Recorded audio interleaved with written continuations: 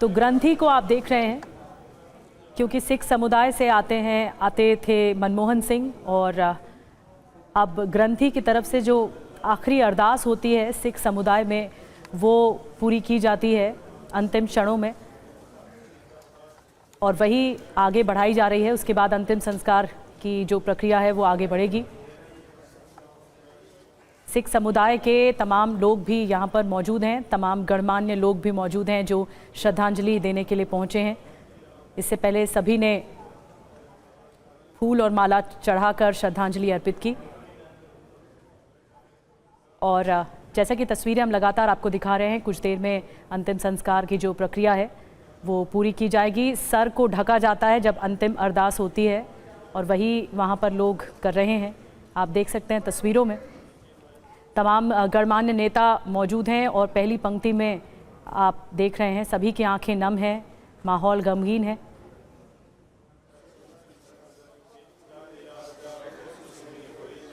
तो जैसा कि हम आपको बता भी रहे हैं कि अंतिम अरदास का वक्त हो गया है।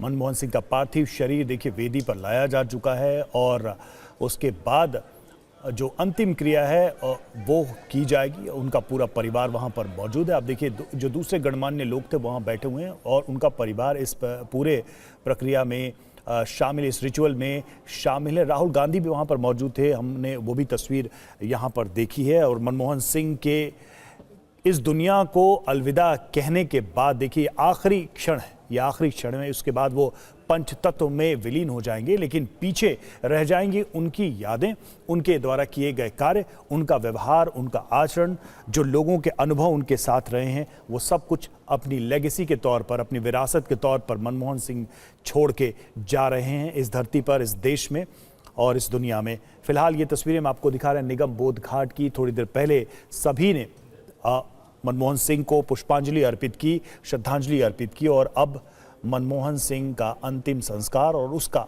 अंतिम क्षण।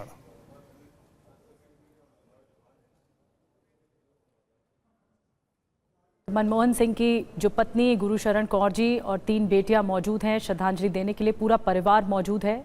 और इस बीच हम तस्वीरें लगातार दिखा रहे हैं। राष्ट्रपति द्रौपदी मुर्मू ने जब श्रद्धांजलि दी उस वक्त की तस्वीरें, प्रधानमंत्री मोदी ने जब श्रद्धांजलि दी उस वक्त की तस्वीरें, और राहुल गांधी ने जब श्रद्धांजलि अर्पित की उस वक्त की तस्वीरें, सोनिया गांधी जब श्रद्धांजलि देने पहुंची तब की तस्वीरें आपको दिखा रहे हैं। और बीच में जो आपको तस्वीर दिखा रहे हैं अंतिम अरदास की दिखा रहे हैं। पार्थिव देह को अंतिम अरदास करके विदाई दी जाती है। निगम बोध घाट से तस्वीरें। कुछ ही देर में जो अंतिम संस्कार की प्रक्रिया है उसे और आगे बढ़ाया जाएगा और मुखाग्नि दी जाएगी। पंचतत्व में विलीन होगा पार्थिव देह। बताया जाता है कि सिख समुदाय में ये प्रथा रही है कि जब अंतिम अरदास को आगे बढ़ाया जाता है तो जो देह है, पार्थिव देह, उसे उसकी मुक्ति के लिए ये अंतिम अरदास होती है और उसी को ही आगे बढ़ाया जा रहा है। सभी की आंखें नम हैं, माहौल गमगीन है। ये एक ऐसा लम्हा है जो सबको रुला रहा है। मनमोहन सिंह का जाना कांग्रेस के लिए क्षति है, न सिर्फ कांग्रेस के लिए, पूरे देश के लिए। जो उनका योगदान रहा वो सदैव याद किया जाएगा और सभी नेताओं के आंखों में इस वक्त गम है, आंसू हैं। उनके योगदान को दरअसल याद किया जाता है।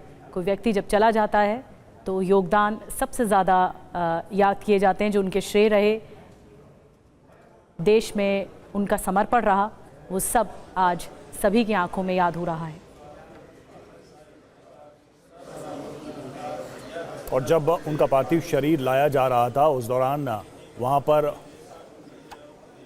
लोग जो मौजूद थे उन्होंने उनके अमर रहे के नारे भी लगाए और भारत रत्न की मांग भी वो कर रहे थे। इस तरह की चीज़ें जो भावनाएं व्यक्त करती हैं, अलग अलग तरीके से लोग अपने इमोशंस को एक्सप्रेस कर रहे हैं, उनको सम्मान देने के लिए। निश्चित तौर पर मनमोहन सिंह का जो व्यक्तित्व था उसकी सबके दिलों में कहीं ना कहीं जगह थी और वो आज दिखी भी है, वो आज जिसकी हम चर्चा भी कर रहे हैं। ये देखिए अंतिम अरदास और उसके थोड़ी देर बाद अंतिम संस्कार।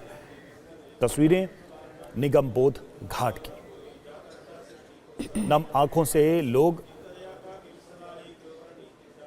मनमोहन सिंह को विदा कर रहे हैं। परिवार तो है ही, लेकिन उनके चाहने वाले भी यहाँ पर मौजूद हैं। राजेश जी हमारे साथ लगातार बने हुए हैं।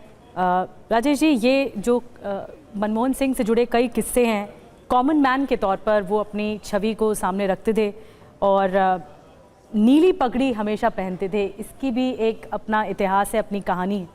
तो जो कुछ कुछ किस्से हैं, जैसा कि कुमार विक्रांत भी बता रहे थे और आप भी कुछ देर पहले जिक्र कर रहे थे, कुछ ऐसा याद जो ऐसा लगता है कि कॉमन मैन की निशानी अगर किसी उदाहरण के तौर पर देखा जाएगा तो मनमोहन सिंह के व्यक्तित्व को देखा जाएगा। मुझे लगता है कि मनमोहन सिंह, मेरी उनसे मुलाकात आमने सामने, कभी मैंने उनको इंटरव्यू नहीं किया, आमने सामने मुलाकात एक बार हुई थी जब वो कैम्ब्रिज यूनिवर्सिटी में उनको बुलाया गया था। मुझे लगता है 2005 या 6 की बात होगी, मुझे ठीक से अंदाज़ा नहीं है। वहाँ एक बड़े समारोह में उनको विशेष अतिथि के तौर पे आमंत्रित किया गया था और वहाँ उन्होंने, क्योंकि वो उनका अल्मा मीटर कैम्ब्रिज यूनिवर्सिटी रही, वहाँ से उन्होंने पढ़ाई की, तो उस वक्त ऐसा लगा मुझे कि वो भूल चुके हैं कि वो प्रधानमंत्री थे। उन्होंने किसी प्रोटोकॉल की परवाह नहीं की। जब सब लोग, समारोह हो गया, मिल रहे थे, तो वो स्टूडेंट्स ने उनको घेर लिया। जो छात्र थे कैम्ब्रिज यूनिवर्सिटी के, हिंदुस्तानी, कुछ आंध्र प्रदेश के थे, कुछ इधर उधर के थे, उन्होंने घेर लिया और उनसे जो बात कर रहे थे वो इस तरह से कर रहे थे कि वो ये भूल गए थे कि वो हिंदुस्तान जैसे एक बहुत बड़े और बहुत महत्वपूर्ण मुल्क के प्रधानमंत्री हैं। बहुत आराम से उनसे बात कर रहे थे। तो मैं पत्रकार था, मेरे पास रिकॉर्डर था, मैं बीबीसी में काम करता था, मैं वो बातचीत रिकॉर्ड करने लगा। न तो उनका कोई सिक्योरिटी गार्ड वहाँ पे आया, ना एसपीजे ने मुझे अपने कोहनियों से धक्का दिया, कुछ नहीं किया। खुद प्रधानमंत्री मनमोहन सिंह ने एक मुस्कुराहट से मेरी तरफ देखा और हल्के से इशारा किया कि रिकॉर्ड मत कीजिए। कहा भी नहीं कि रिकॉर्ड मत कीजिए, सिर्फ इशारा, अपना सिर हिलाया और मैंने तुरंत बंद कर दिया। मैंने कहा इनकी इजाज़त के बगैर मैं रिकॉर्ड कर रहा था, तो मैंने भी मुस्कुरा के वो रिकॉर्डिंग बंद कर दी। एक प्रधानमंत्री के इतना नज़दीक जाकर के और बग़ैर किसी परमिशन के रिकॉर्ड करना, ये अब तो मुझे नहीं लगता कि संभव है। तो ये मनमोहन सिंह की व्यक्तित्व की कुछ चीज़ें थी। एक, मैं बार बार जो बात कर रहा हूँ, आपके पास समय है तो मैं बोलूँगा, गाह की जो बात है, जो प्रधानमंत्री के का पैदाइशी, जहाँ पे उनकी पैदाइश हुई थी, वहाँ का गांव है, वहाँ जाने के बारे में मैंने 2008 में मैं वहाँ गया था जब प्रधानमंत्री थे मनमोहन सिंह जी। मनमोहन सिंह के व्यक्तित्व का एक छोटा सा पहलू यहाँ पर है कि वो भारत के प्रधानमंत्री होते हुए उन्होंने पाकिस्तान के खिलाफ एक स्टैंड लिया कि पाकिस्तान आतंकवाद का रास्ता नहीं छोड़ रहा है। अभी भी किसी भी आपके पैनलिस्ट ने भी कहा कि पाकिस्तान आतंकवाद का रास्ता नहीं छोड़ रहा है, इसलिए बहुत कड़ी आलोचना भी पाकिस्तान की। लेकिन जो उनके गांव के उनके जमाती थे, जमाती बोलते हैं पंजाबी में, उनके जो क्लास फेलो थे, 2008 में वो बड़ी शिद्दत से मिलना चाहते थे, वो उनको यहाँ लाया गया और प्रधानमंत्री ने बाकायदा टेलीविज़न और इनके कैमरे के सामने उनसे मुलाकात की और उनको तोहफे दिए। वो भी वहाँ से पाकिस्तान से गाह की, यानी पाकिस्तान की मिट्टी और पानी लेके आए थे। तो ये मिट्टी और पानी का संबंध कैसे टूटेगा? आप नेशन स्टेट ने दीवारें खड़ी कर दी। 1947 में जिन्ना की जिद की वजह से पाकिस्तान बन गया, जिसके लिए आज गांधी और नेहरू को जिम्मेदार ठहराया जाता है। वो खैर एक अलग डिबेट है। वो मिट्टी और पानी का रिश्ता मनमोहन सिंह ने बाकायदा बरकरार रखा, इसके बावजूद कि उनको ये डर नहीं था कि उनकी बदनामी होगी कि पाकिस्तान से लोगों को इन्होंने वेलकम किया। उनके बचपन के टाटपट्टी के स्कूल में बैठते थे, मैं गया हूँ वहाँ पे, उनके बचपन के साथी मिलना चाहते थे, यहाँ वेलकम किया उन्होंने। ये एक आदमी का बड़प्पन होता है। बिल्कुल, ये गाह की बात बता रहे हैं आप, जो कि पंजाब में, अब वो पाकिस्तान में है और उसी जगह की पैदाइश उनकी रही। एक बात और राजेश जी, जो हमेशा वो कहते थे अपने भाषणों में, हालांकि खामोश ज़्यादा रहते थे, लेकिन जब भी कहते थे कि जीवन कभी भी विरोधाभासों से मुक्त नहीं होता है। बेशक उनकी देह मुक्त हो गई है, लेकिन विरोधाभास गया नहीं है, जाते जाते भी एक विरोधाभास आ ही गया है। ये तो बात खैर, जितना डॉक्टर मनमोहन सिंह के जीवन में ये बात सच है या थी, उतना ही हम सबके जीवन में भी सच है। ये इंसान जो है विरोधाभासों का पुलंदा होता है। महात्मा गांधी को ले लीजिए, सुभाष चंद्र बोस को ले लीजिए, किसी को भी आप किसी का भी नाम लीजिए, इंदिरा गांधी क्या विरोधाभासों की पुतली नहीं थी? सब विरोधाभासों के से ही बने हुए हैं। हम लोग सब विरोधाभासों के बने हुए हैं। आज हम कुछ कहते हैं, कल दूसरी बात कहते हैं। तो ये तो इंसानी फितरत है। विरोधाभास, डॉक्टर मनमोहन सिंह का क्या विरोधाभास आप देखेंगे कि एक तरफ वो हिंदुस्तान की जनता के लिए राइट टू इन्फॉर्मेशन उनके ज़माने में आता है, राइट टू एजुकेशन उनके ज़माने में आता है, ये सब चीज़ें जो मनरेगा उनके ज़माने में आता है। जो गरीब तर जो गांव के लोग हैं, जिनके पास न रोज़गार था, जिनके पास न पैसा था, न ज़मीन थी, जातियों में भी वो बिल्कुल पेरिफेरी पर जो लोग थे, उनकी भले के लिए उस आदमी ने हिंदुस्तान में कानून बनाए। अब विरोधाभास देखिए, उसी व्यक्ति की ये आर्थिक नीतियां थीं जिसमें गरीब और गरीब होता चला गया, अमीर और अमीर होता चला गया। ये भी इसको भी इतिहास को तय करना चाहिए।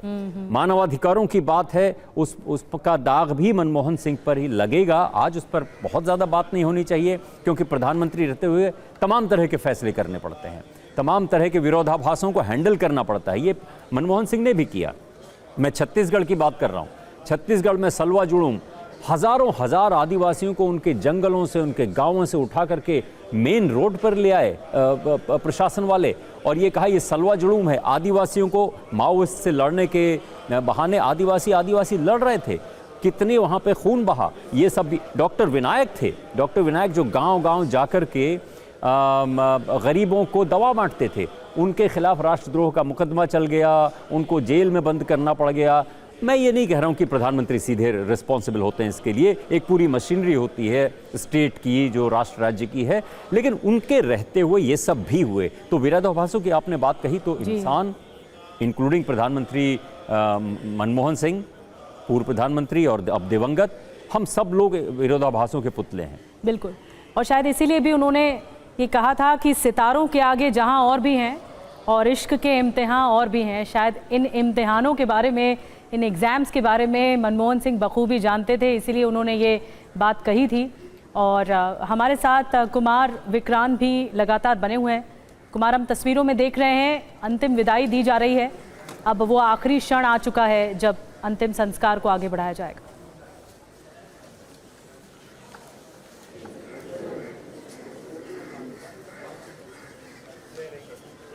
कुमार, गांधी ने कांग्रेस के तमाम बड़े नेताओं को किनारे करके डॉक्टर मनमोहन सिंह को चुना प्रधानमंत्री पद के लिए, तो कांग्रेस ऑफिस में कहा गया सिंह इज किंग।